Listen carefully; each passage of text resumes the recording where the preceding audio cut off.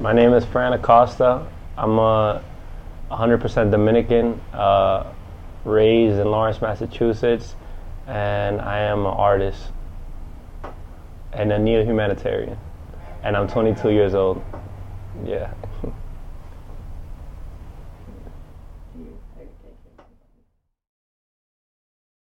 I don't think Lawrence is that much different.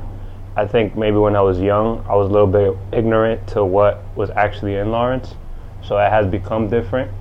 But that doesn't mean it has changed. Like I've gotten into learning now that even before me, there was always an artistic community in Lawrence. Even before me, there were entrepreneurs. Even before me, there were developing business. Everything that we have now was here 10, 20, 30 years ago, and it just keeps going in a cycle. So for when I was younger, I just was ignorant to it. I didn't know about it. I was a school kid. My parents kept me home. So it's when I became older and I got to explore my city where I finally realized a lot of these things were here, but they were always here.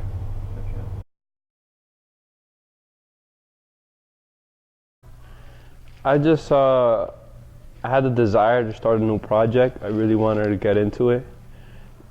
Before then, I was doing videos, I guess less serious topics, and I wanted to dive into something more, something that's out of my comfort zone.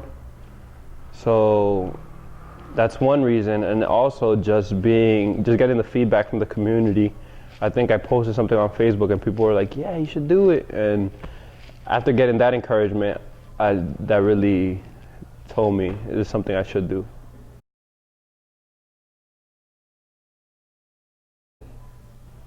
I think storytelling has become it's becoming something that it used to be in the past, something that higher classes could only do.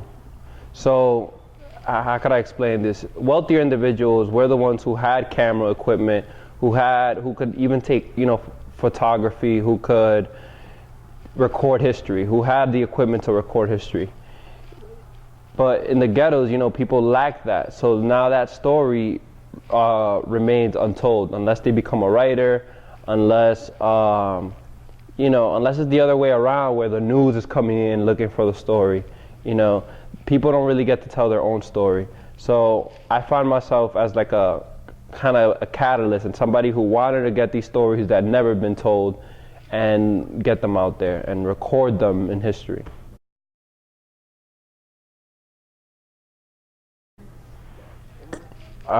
First thing, I want to see improvements in myself.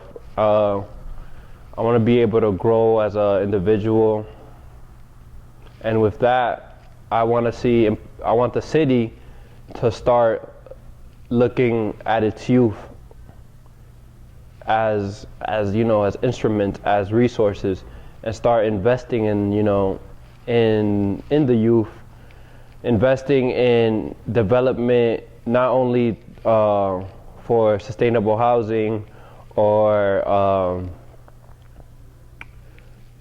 redeveloping the aesthetic of the city, but thinking about how can we make sure that the youth coming up has a healthy future where they're eating right, where they are making enough to live, where there's opportunities and diverse options.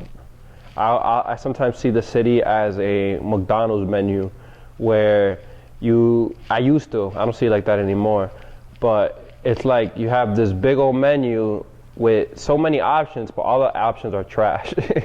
Like, they're all, there's not real options, So I would love to see the diversity of opportunity, if that makes sense, like if a child chooses to be a rocket scientist here in Lawrence, he's gonna find something there's gonna be opportunity for him. You know what I mean?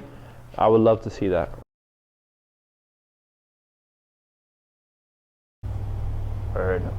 I think there's a lot of collaboration in Lawrence. I think there's a lot of great people with amazing ideas, and Lawrence is starting to gain a name for itself. amongst other communities in Massachusetts. I think Lawrence has something very special because of its size, and its like people are forced to communicate here in Lawrence. Like you can't really have an enemy. You have to have conversation and have a dialogue. And I think in the future of Lawrence, like the future, I can't say it, but like I feel like Lawrence is going to be some sort of utopia, or like it's going to be some sort of like they're gonna do something really special with the way they take care of people, with the way they use space, because it has to, so, because of its limits. Yeah.